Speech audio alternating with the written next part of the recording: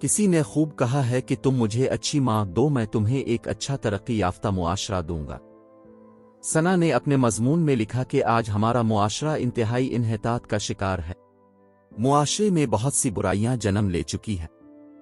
نوجوانوں کو بر وقت نوکری نہ ملنے کی وجہ سے وہ اپنا وقت بیکار گزار دیتے ہیں اور حقیقی منزل سے کوسوں دور چلے جاتے ہیں۔ ہر روز بے روزگاری میں اضافہ کی وجہ سے ملک کی ترقی بھی ممکن نہیں ہے، اس لیے معاشرہ ابتری کی جانب گامزن ہے۔ جب تعلیم یافتہ نوجوانوں کو روزگار نہ ملے گا تو رشوت اور سفارش کا بول بالا ہوگا، تاہم اگر قلم کار چاہیں تو بگڑی قوم کی سوچ بدل سکتے ہیں۔ اخبار کے ایڈیٹر نے نہ صرف ثنا کا مضمون شائع کیا بلکہ اس کو اپنے اخبار میں ملازمت کی پیشکش کر دی۔ اس نے والد کو آگاہ کیا تو منظور نے کہا کہ ہر لڑکی کو والدین کے گھر سے رخصت ہو کر اپنا ایک گھر بسانا ہوتا ہے، ملازمت کی کیا ضرورت ہے۔ باپ کے منہ سے یہ بات سن کر وہ رو پڑی، سوچنے لگی کہ کیا یہی مقصد زندگی ہے۔ ثنا نے والد کو اپنا موقف سمجھانے کی بہت کوشش کی مگر منظور صاحب کا ایک ہی جواب تھا، تمہاری شادی کرنی ہے۔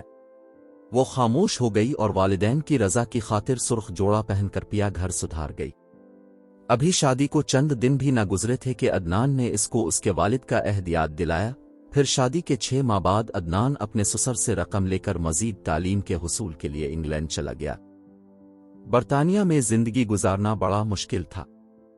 اس کا مسئلہ وہاں رہائش کے علاوہ ملازمت بھی تھا۔ 1 سال میں اس نے جو تکالیف برداشت کی وہ عمر بھر کی قید کی سزا سے بھی بڑھ کر تھیں۔ اس کا کوئی لمحہ بھی اپنے وطن اور گھر والوں کی یاد کے بغیر نہیں گزرتا تھا، تاہم اس نے ثنا کو اپنی ان پریشانیوں سے آگاہ نہ کیا۔ وہاں جا کر اسے اپنے وطن اور وقت کی قدر کا احساس ہوا۔ وہاں گورے کام پر آنے والے ہر شخص کے ایک ایک لمحے کا حساب رکھتے تھے۔ کسی کو کام پر پہنچنے میں تھوڑی تاخیر ہو جاتی تو اس کی جگہ دوسرا آدمی کام پر رکھ لیا جاتا، لہذا اس کو دوسری شفٹ کا انتظار کرنا پڑتا تھا۔ اگلے دن کام کے لیے رات بھر لائن میں کھڑے رہ کر اپنی باری کا انتظار کرنا پڑتا تھا۔ یوں فیکٹری میں کام کرنے والے مزدوروں کی کمی نہ تھی کیونکہ دوسرے ممالک بھارت، بنگلہ دیش، سری لنکا اور نیپال کے لوگ کم شرح پر بھی مزدوری کرنے کو تیار ہو جاتے تھے۔ وہاں صرف پاکستانیوں نے ہی کم شرح کی مزدوری کو اپنی انا کا مسئلہ بنایا ہوا تھا۔ عدنان کو جب اپنے وطن کی قدر ہوئی اس وقت پاکستان واپس جانے کو ٹکٹ کے لیے پھوٹی کوڑی بھی نہ تھی۔ وہ اپنے گھر سے پیسے نہیں منگوانا چاہتا تھا کیونکہ وہ روشن مستقبل کے لیے وہاں گیا تھا جو محض ایک خوبصورت خواب ہی تھا۔ کوئی مستقل رہائش نہ ہونے کی وجہ سے اپنے گھر کی خیریت بر وقت معلوم نہ کر پاتا تھا۔ جس ماں 4 پیسے جمع ہو جاتے وہ فون کر لیتا اور گھر والوں سے باتیں کر کے اپنے دل کا بوجھ ہلکا کر لیتا۔ آج بہت دن کے بعد عدنان نے فون پر ثنا سے بات کی تھی۔ اس نے جب بیٹا ہونے کی خوشخبری سنی تو دور دیس رہنے پر اس کی آنکھوں سے آنسو امڑ آئے۔ وہ اپنی بے بسی اور کم مائیگی کا ثنا سے اظہار نہ کر سکا اور فون بند کر کے اپنی رہائش گاہ میں چلا گیا۔ وہ اپنے بیٹے کے خیالوں میں کھو گیا۔ نیند آنکھوں سے کوسوں دور تھی۔ وطن واپسی جانے کی کوئی ترکیب سمجھ میں نہ آتی تھی۔ سمندری راستے سے وہ جانا نہ چاہتا تھا۔ رات کافی ہو چکی تھی۔ پل پل بڑی بے قراری میں گزر رہا تھا۔ وقت گزارنے کے لیے ٹی وی کا سہارا لیا۔ جو ہی آن کیا خبر چل رہی تھی کہ بم دھماکوں کے ذریعے 2 ریل گاڑیوں کو نشانہ بنایا گیا ہے۔ اس حادثے میں بہت سے لوگوں کی جانیں ضائع ہو گئیں اور سینکڑوں لوگ بری طرح زخمی ہوئے۔ اس دہشت گردی کی بڑی واردات کے بعد برطانیہ کے عوام پاکستانیوں سے نفرت سے پیش آنے لگے۔ جہاں جہاں پاکستانی کام کرتے تھے ان کو وہاں سے نکال دیا گیا، حالانکہ ان کا اس میں کوئی قصور نہ تھا۔ دہشت گردی میں ملوث اس حادثے کے بعد پاکستانیوں کی ایک بڑی تعداد واپس وطن آ گئی، مگر عدنان نہ آ سکا۔ عدنان اپنی رہائش گاہ پر قید ہو کر رہ گیا۔ آخر کب تک؟ ایک دن وہ اپنی رہائش سے کام کے لیے نکلا تو پولیس کی ایک گاڑی اس کے پاس آ کر رکی اور کچھ بتائے بغیر اس کو دبوچ کر گاڑی میں لے کر کسی نامعلوم جگہ پہنچا دیا گیا۔ اس طرح اور کئی پاکستانیوں کو قید کر لیا گیا تھا، پھر ان کو اذیت بھرے تفتیشی مراحل سے گزرنا پڑا۔ اس بڑے حادثے کی خبر سنتے ہی ثنا اور اس کے والد نے عدنان سے رابطہ کرنے کی بہت کوشش کی مگر ناکام رہے۔ ایک دن منظور داماد کی تصاویر اور اس کے پاسپورٹ کی فوٹو کاپی لے کر اسلام آباد میں برطانوی سفارت خانے گئے کہ شاید کچھ معلوم ہو سکے، مگر وہاں سے بھی کچھ معلوم نہ ہو سکا اور نہ ہی بعد میں ایمبیسی والوں نے کوئی خبر دی۔ عدنان کے والدین بھی کم پریشان نہیں تھے۔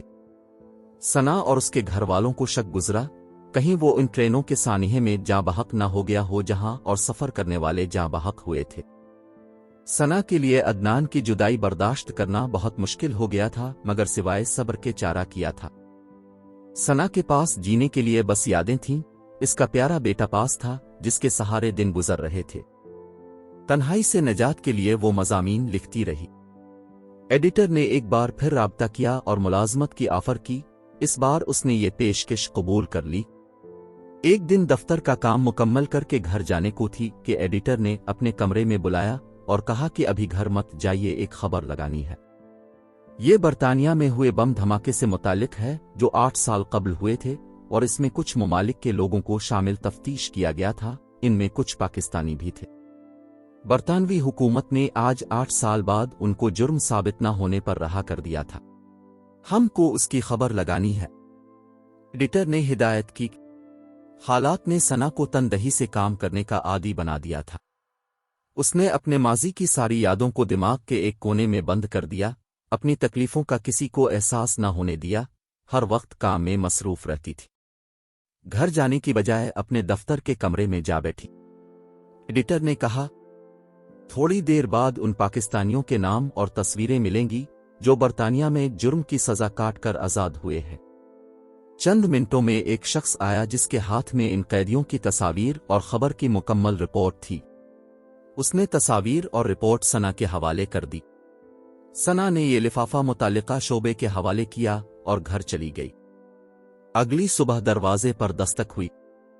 اٹھ کر کمرے سے باہر آئی اور دہلیز پر پڑا اخبار اٹھا کر واپس کمرے میں آ گئی۔ جو ہی اس نے اخبار کھولا تو سب سے پہلے اسے عدنان کی تصویر نظر آئی۔ اس نے جذباتی ہو کر اخبار پڑھنا شروع کر دیا۔ ان لوگوں کے بارے میں لکھا گیا تھا جنہوں نے شک کی بنا پر ایک طویل عرصہ عقوبت خانوں میں کاٹا اور ناحق شرمناک الزامات کا سامنا کرنا پڑا جن کا حقیقت سے کوئی تعلق نہ تھا۔ بالآخر عدم ثبوت پر وہ باعزت آزاد ہو کر ہمیشہ کے لیے اپنی پاک سرزمین پر جا کر اس کی مٹی کو چومنا چاہتے تھے۔ سب پڑھ کر ثنا بے قرار ہو گئی۔ عدنان کے انتظار میں اب ایک لمحہ گزارنا دشوار تھا، مگر دفتر جانا بھی ضروری تھا۔